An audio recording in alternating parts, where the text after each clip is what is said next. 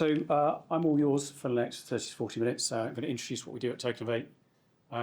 And then I've been silly enough to agree to do a live demo of our technology in front of an audience of people that know more about it than I do.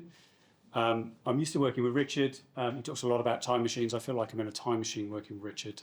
The vision, the future is great, but there's also the why aren't we there yet conversation, which is continuous. So I'm CTO at Tokenovate. I've got a background in building large scalable data systems. And Tokenovate, the platform, is exactly that. So at its heart, it's about taking data in from the outside, so taking in trade data, asset data, market data, legal and contractual data, and how do we utilize that to automate post-trade. So we have our Connect module to bring all that data in, and in Automate, what we do is we harness the power of the CDM, the common domain model, which at its heart is a language model. It describes the economic and the legal terms of contracts. It is that codification of the contracts that originally ISA started, but now it has broader support, and I'm going to show you how we've implemented Repo in that world. Common domain model is open source, so it's part of the FINOS program. We actively work in that, and we are contributing to that and actually doing some work with ISRA at the moment to extend it. And we have built a novel layer around it to enable us to use it as a state model and transition it, and it becomes a sort of golden record of trade states. We create a very high fidelity record of business events as they happen on a trade, but there is logic in there that allows us to move through the trade states. So it's product agnostic, so we don't care if it's a repo or an interest rate derivative or an FX swap.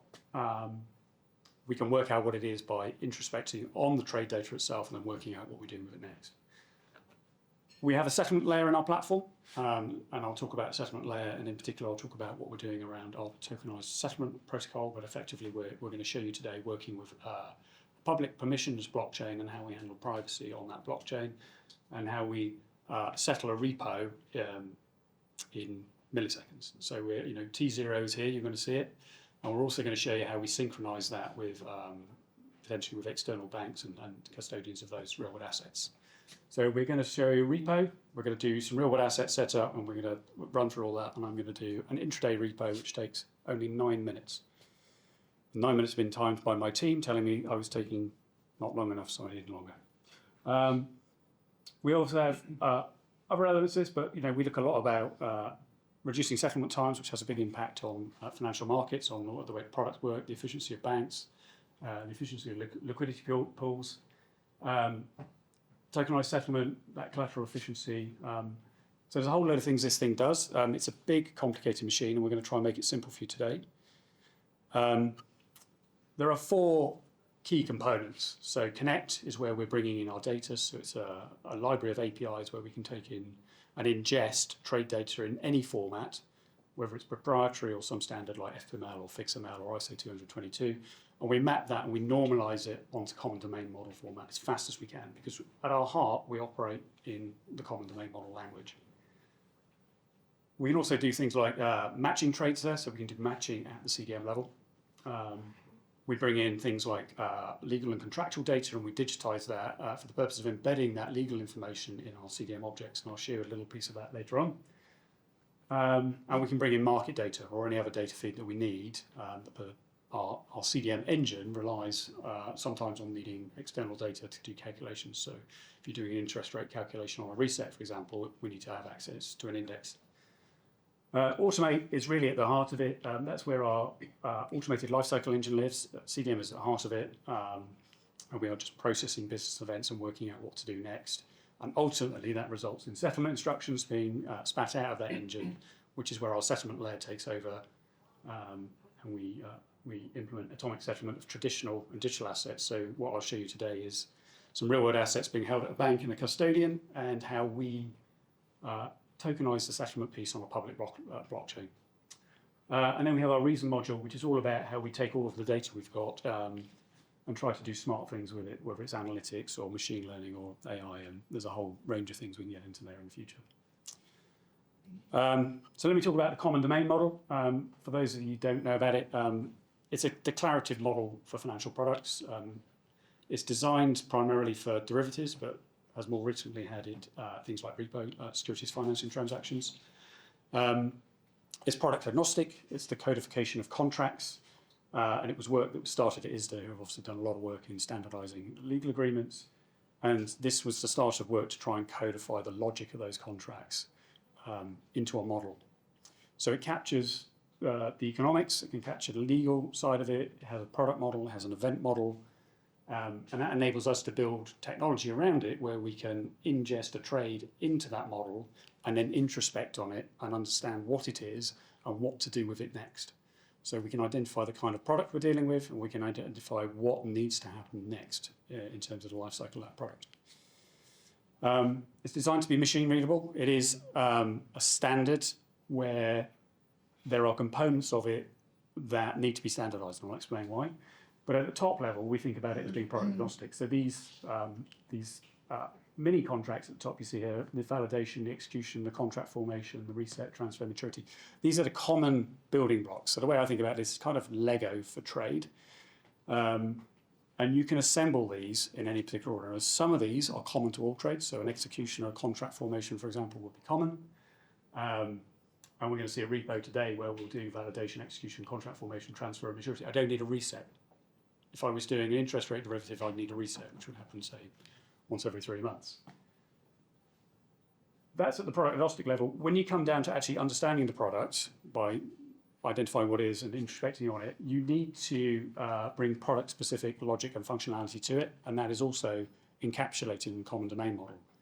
And so the way that we think about that is what we call smart contracts, so smart contracts inside the CDN that enable us to do specific sequences. So for example, if you're doing a reset, you've got to do an observation of a rate, you've got to do a calculation which results in a number that's going to be transferred to somebody.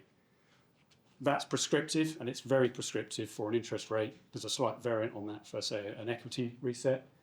And so when I look at these, and we're thinking about transfer, today we're going to show intraday repo, but I wouldn't need interest rate calculation for a repo. What I would need is the settlement amounts. So it's very composable.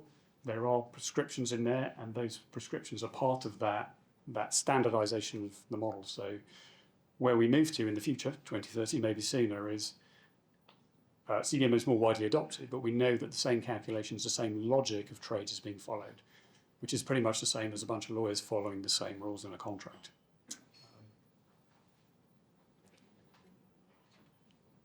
This is the blueprint for tokenized settlement protocol. So as I was running through the demo prep for this in the last week, the demo belies the complexity of what's happening under the hood. So this diagram is effectively our system on a page and what you're going to see today. On the far side is our CDM lifecycle engine, and you can see there is a trade in there which is made up of obligations, assets, and SSIs, which are standard settlement instructions. And that is automated. So that's our engine. We're automating the trade. We're working through life cycles. And what that produces is what we call a canonical settlement instruction, or effectively a transfer instruction, which is where our tokenized settlement protocol comes in. So when we're doing this, we need to make, so if we think about our near leg or our purchase leg of our repo, I'm going to be selling a security and I'm going to be receiving some cash in return. This process handles all of that, but it does it with a blockchain, and it does it by integrating into CSDs or custodians and banks. So if I take just one asset, I take the security, what's going to happen is our CDM engine is driving a workflow here where we go check and hold. What I'm doing there is I'm actually checking with the CSD or the bank that the party has the asset that we're trying to trade with, and they have sufficient balance of it. And if they do, we'll put a hold on that asset at the CSD or at the bank. That signal goes back in the CDM engine. The CDM engine goes, right, the buyer's got the cash, the seller's got the security. What we're going to do is we'll immobilise those assets now. So the CDM engine sends a signal out to the CSD, the custodian, the bank, and says, now immobilise that asset. And so what we're doing is immobilising a real-world asset so it can't be used for another purpose because I'm about to use it on the blockchain. Once I've got confirmation it's been immobilised, I am then minting tokens on my blockchain. So I'm using the public permissionless blockchain down here. When we onboarded the trading parties onto our platform, we created an enterprise wallet, which is backed by industry standard encryption. We use hardware security modules for that. but these wallets are dedicated to each party by minting the assets into the respective wallets. So party A, I'm minting a government bond, which is what I'm going to show you today. And party B, I'm minting cash. I'm not really minting cash, I'm minting a token that represents a cash deposit. So effectively, we're tokenizing bank deposits at this point. Once I've got confirmation those two tokens exist on chain, I've got access to those in my wallet, we move into our settlement workflow, which affects an atomic settlement on the blockchain. So we're effectively switching the ownership rights of the two tokens. We re-sign them with the relevant keys, and they end up being held in different wallets. So you can see here my bond has moved to a different to the other party's wallet and move cash up there. Once that's done, we synchronize that information to the custodians, the CSDs from the bank, saying this transfer has happened. So that's an on-chain settlement. Once we've got that signal up here, the off-chain settlement can happen. So we can now move the real-world asset from one account to another. And I'm going to show you that today. So we will move a real-world asset between CSD account to CSD account. We'll move our tokenized cash, or cash, real-world cash, from one bank account to another, driven by signals that are coming from the blockchain. Once that's done, and I get confirmation that the off-chain settlement is done, I burn the tokens. We don't hold on to them. We're not tokenizing assets. They're not long-lived.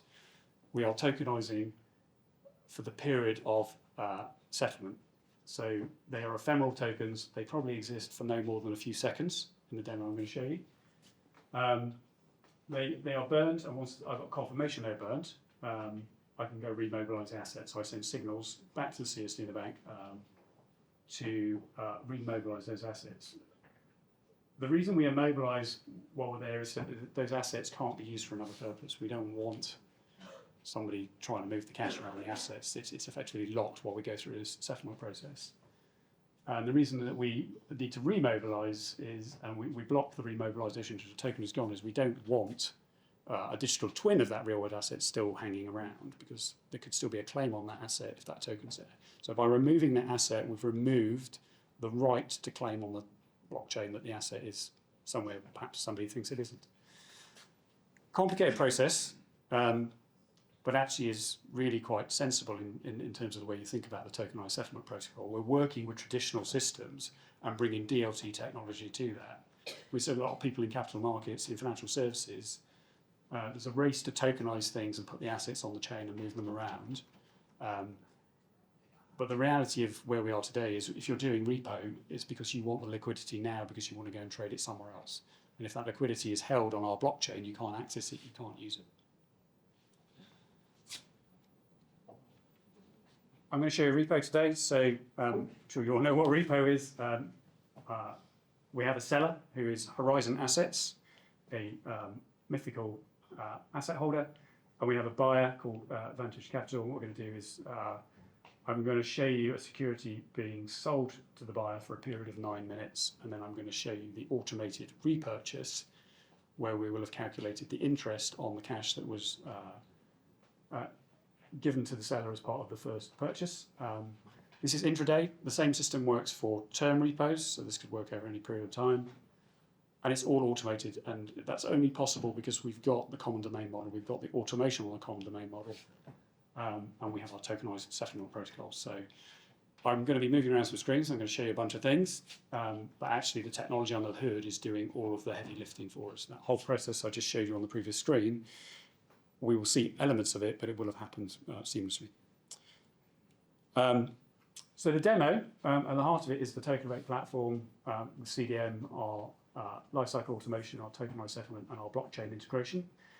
There are some other systems I'm going to show you. On the left, the right, your left, is TradeMaker, which is a tool that we've built just to make it easy to put a trade instruction into our system. So our system has APIs, it's API first. It will take trade instructions in a range of formats, so the FMLs, the FixMLs, that sort of thing. We're going to show you CDM native trade instruction today, which is quite exciting, but it just makes it easy to do that. It's not other than that, it's just a tool. I've got a CSD in a bank. They are not real. We're not in the business of being CSDs or banks. We've built mock CSDs and banks to show the art of the possible here, and I will show you depositing some security and some cash into those. And then we'll show those securities and cash being moved around. We're also working with a public UTXO blockchain. So it's public permissionless. We'll show you a little bit of how we handle privacy on a public blockchain. We'll do that using a tool called What's On Chain, which is publicly available at Blockchain Explorer. So we'll actually look at a transaction and see some data inside the transaction. And in particular, a record for a trade event. Okay. I now need to do some screen swapping around.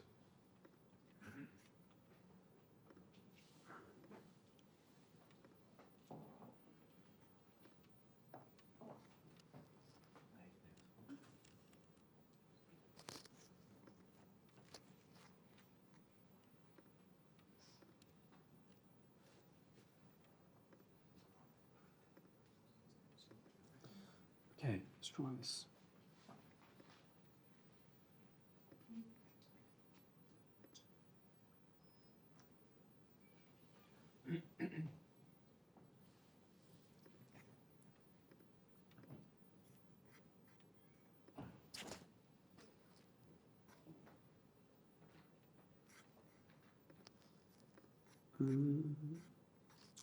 Okay, so this is Tokenovate.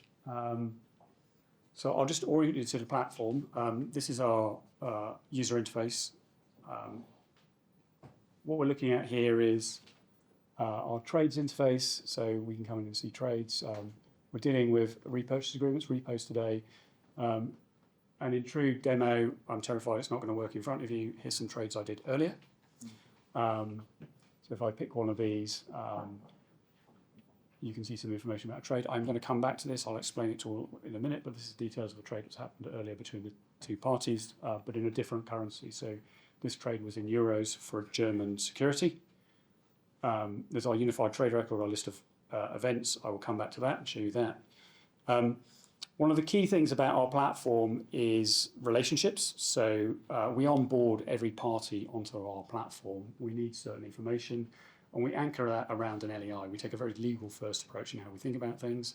So we're onboarded with LEI. There's some other data here about who this mythical entity is. We allow them to have users to log into our platform, but more importantly is about how relationships are formed. So we form relationships around the contracts, the master agreement. So if you're trading a derivative, this would be anchored around an ISDA master agreement. Today we're going to show you this being anchored around ISDA GEMRA, which is a governing master agreement here. And that determines who can trade with who. So you can only trade with someone you've got a contractual agreement with is the fundamental thing here. Okay. So let's go back to trades, and I'm now going to do a trade.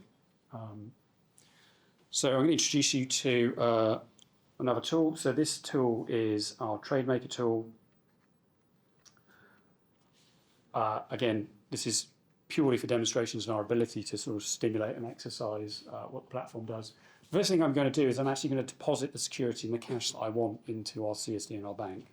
So I'll walk you through that. I'm going to deposit an asset. So here I can select a variety of assets. We are asset class agnostic. We are financial product agnostic, so we can handle any kind of trading product. But also we don't care what the asset is. It's all agnostic. So I'm going to show you government bonds, but this could just as easily be money market funds or equities or whatever it is. I'm going to create a government bond. My seller today is Horizon, so I'm going to select them. And they have, I've already set up an account for them. So at the CSD, this is their account number. And so we can see Horizon here. Again, the LEI is important. We're always verifying things against LEIs. And then I'm going to create an asset. And this is a UK government security thing, which always makes me think of James Bond. So we'll go with this.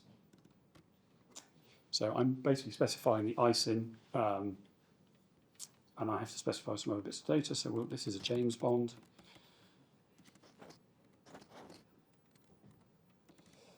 Specify some information, so I've got a description, and then I can set the maturity date. So we validate that you can't use assets that have already matured on the platform. And then I'm going to deposit We'll go for 600 million. So that's effectively going to deposit an asset I've already got into my CSD. If I run that, that's been deposited, and now I'm going to take you to my CSD and show this. So again, mock CSD, this is built purely for the demonstration purposes, but our CSD allows all of the people, all of the parties to have accounts. This is the account of Horizon Assets, who I've just deposited. You can look in their account, and there's my bond, and you can see I've just credited my £600 million. I'm going to go back, and I'm going to do the same thing again, but I'm going to deposit a different asset, and I'm going to put some cash. I'm going to put some cash into my buyer's account. My buyer is Vantage today. They've got 3 accounts, so we support multi-currency, but this is sterling. I'll give them 600 million as well, and I'll deposit that. And there's a fairly familiar looking user interface over here, and what we can see is I've just deposited £600 million into Vantage's account. So my securities, my cash are now set up. Sorry? No, I'm fine. The lawyer is worrying that I'm going to get a demo wrong. Brilliant. It's fine. It'll be okay. There's no liability. It's fine. It's not real money. It's not real money.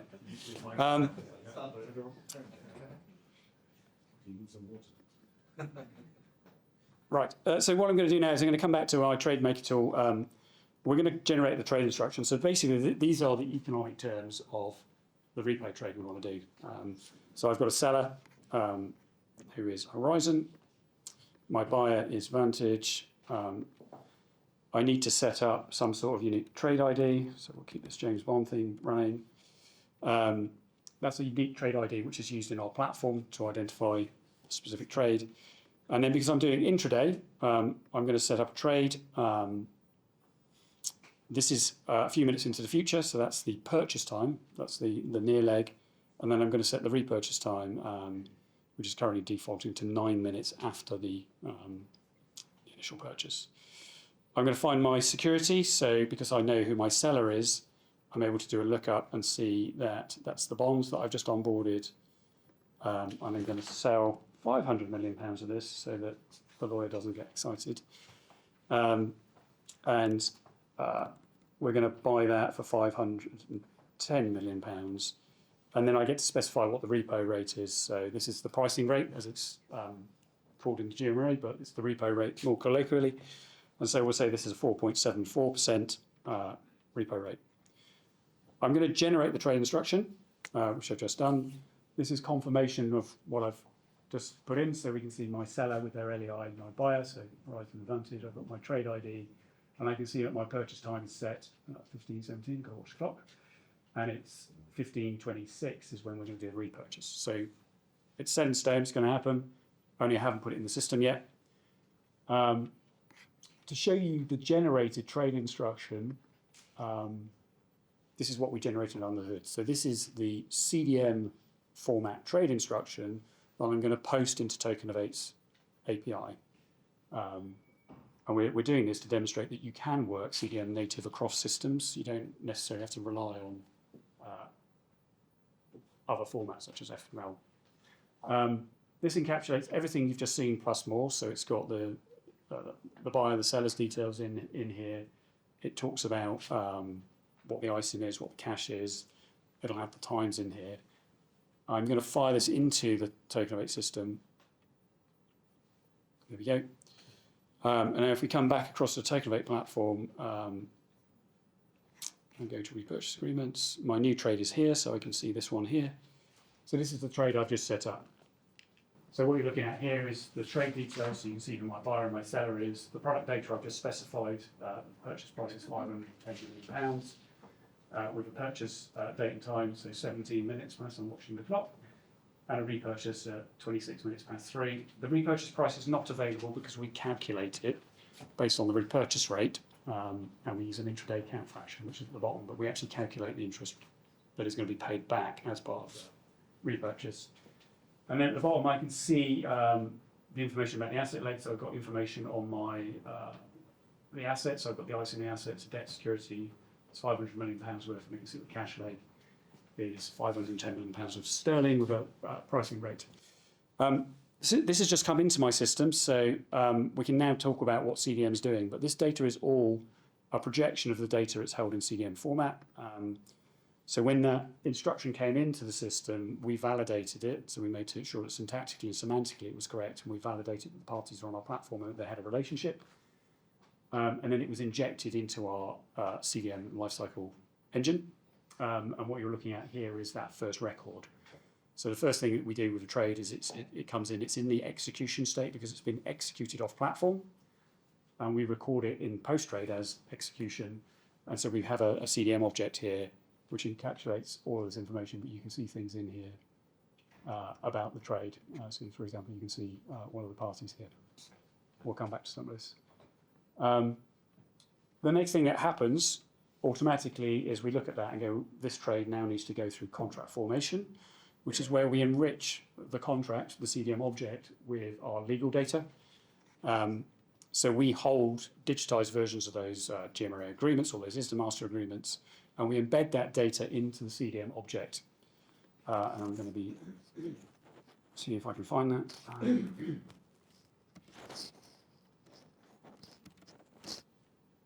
So here I've just searched for the contract details, but here I can see the digitized version of the contract. It talks about who the buyer and the seller are and their LEIs. And if I come down further down, I can see that this was a master agreement type was a GMRA. It's governed by English law, and it is a vintage 2011. So we've got a reference back to the document that was agreed.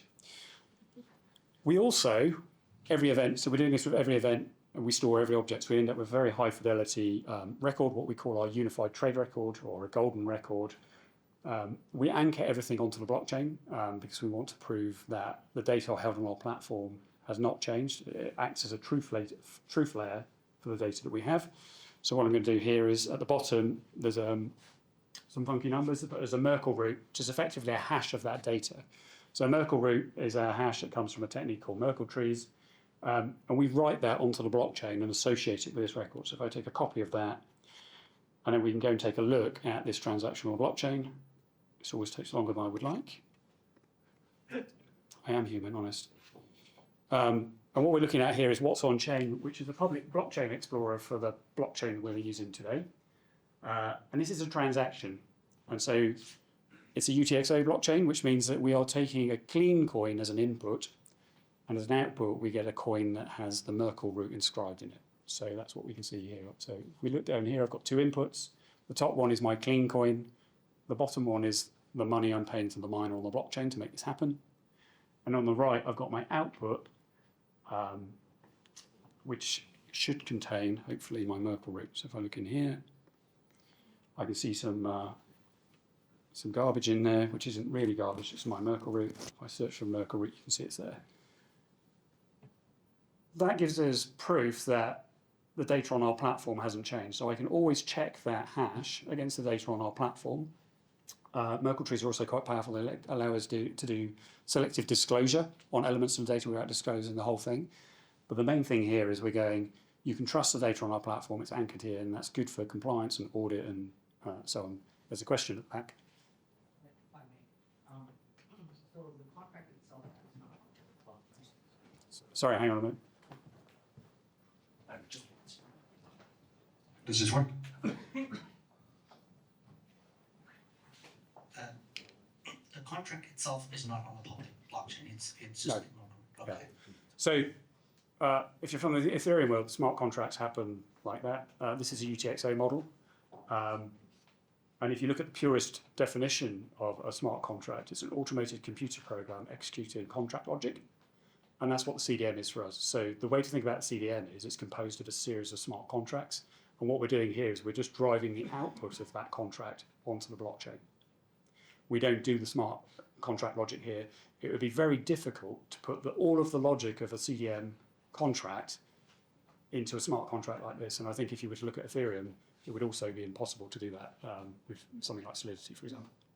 So it's a slightly different model, but our CDM lifecycle engine is effectively the smart contract. And all this is doing is inscribing a reference onto the blockchain. Sorry, but I do have a little bit different view. I think it is possible. It is possible. Should we talk about that afterwards? I can get into Bitcoin script and things like that. It's a fun conversation. So that record's there. I'm only hurrying up because I know my repurchase is coming and I don't want to miss it. While we weren't looking, the purchase happened. So at the purchase time, we automated, our CTO engine knew what the time was at a scheduled event, and it kicked off the tokenized settlement workflow that I described on the big blueprint. What you can see here is we've got a cache leg and I've got a security leg. And you can see the checks the system's been doing here. But you can see the CTO engine is checking to see if the asset is available. It's putting a hold on it. And then it's initiating the transfer, which results in that immobilise, mint to token, transfer, burn, remobilise cycle that we described in our tokenized settlement. The nice thing for me is that these are at the same time. This is atomic settlement on a blockchain. These assets change hands just like that, single transaction. We have event records behind this as well, but I'll come back to in a minute. So where these assets moved, I can now go back to my CSD and say where I see my original credit, what I can see is that tokenized settlement flow through the CSD's perspective. I credited 600 million. The amount of security I'm transferring in the repo is 500 million. And you can see it's going to Vantage, they're my buyer, and you can see the hold being put on that by our CDM engine, and you can see it being immobilised. And when it's immobilised is when I mint the token on the blockchain that represents it. So now that real world asset can't move because the blockchain token exists. And then you can see the debit, which is the synchronization of the atomic settlement on the blockchain, and that synchronization signal coming up to CSD going, right, you can move that, that asset. And if I hop across to the CSD here, I'm logged in as Vantage Capital, who are the buyer in this transaction. And I can click on their account, and I should be able to see my James Bond is here, but I can see the credit coming in at the same time. So the off-chain settlement has happened very quickly here. Whether or not that happened in real world, I think today's systems maybe aren't that quick.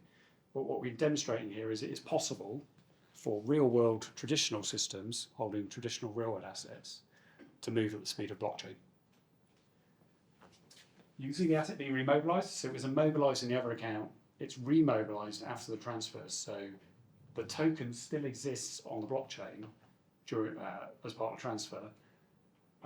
Once we've got acknowledgement from the CSD that the transfer has happened, we then burn the tokens and then we send them remobilised, so that the assets are remobilised at this point. You can see exactly the same thing if I go and look at cash. So if I go to my bank, I'm looking at the bank account of Vantage here. So they are buying, but you can see the hold immobilised and the debit on the cash amount we're paying. So effectively at this point, we've got a tokenised cash deposit. It gets debited, and then it's, unsurprisingly, it gets credited into this sterling account. So this is Horizon, my seller's account. And you can see I'm getting a credit from Vantage Capital for £510 million. So the money is now in the seller's hand. I've got the liquidity I wanted from the repo. And in a few minutes' time, we'll be swapping it back. So if I step back to our Tokenovate platform, this is a two-step process from a CDM perspective. So what we do is we calculate the settlement values, and then we create what we call a transfer instruction. And so you can see two CDM objects for this, where the transfer instructed is basically saying, can we do this? And it's saying that to the settlement layer in the Tokenovate platform, and it's coming back and going, yeah, okay, let me get on with that. So we know at this moment the assets are on hold. The transfer instructed goes into our settlement layer, which initiates that immobilisation, minting, transfer, burning, immobilisation sequence, which we have as a workflow. When that workflow completes, so the settlement has actually happened, a signal is sent back into the CDM lifecycle engine, which says it's settled. And you can find this information in here. So if I look for, I don't remember what string is. Transfer status. I've got all of the transfer history in here. So the way that we work with CDM is we grow the object. So all of the history is there. So you can always look at the latest one and see all of the things that happened in the trade, as well as keeping all of the objects that came before it. But we've got the transfer history in here where I can see a transfer here. This is what I'm looking at. So Horizon is transferring, and there is a transfer status here where it's instructed. So it's been requested, but it hasn't settled. This is one for the ISIN, and if I scroll down, this is instructed. So there's instructed for both the security and the cache in here. And as I come down, what you should see is, he says, transfer status is settled. So that's confirmation going back into the CDM engine that both assets have settled. And that's not just settled in the blockchain, but we've actually settled in the real world as well. So at this point, I'm then waiting for my next scheduled event, which has actually happened. So this was due to happen at 15:26. Look at my timing's perfect. My head of QA is going to be jumping up and down. The repurchase price has now been calculated. So I earned £1,007 on my transaction, completing my James Bond transaction. That follows exactly the same process. We followed tokenized settlement. I can look at the repurchase here, and what I'm seeing again is that for the cash leg and the security leg, it follows exactly the same process. I'm doing a check to see if the asset's available. I'm putting it on hold. I'm initiating our tokenized settlement workflow. That gets initiated, and then sometime later it's settled. You can see from the point at which it was initiated by the CDM engine to actually going all the way around trip onto the blockchain, up synchronizing our CSD in the bank, and getting it back into CDM engine was 14 seconds, which is a pretty quick settlement time on the repo. And if maybe we'll see if I go back into here, I'm now looking at the CSD account of my original seller, and we can see the credit of that bond coming back in. So the 500 million is back and it's been remobilised.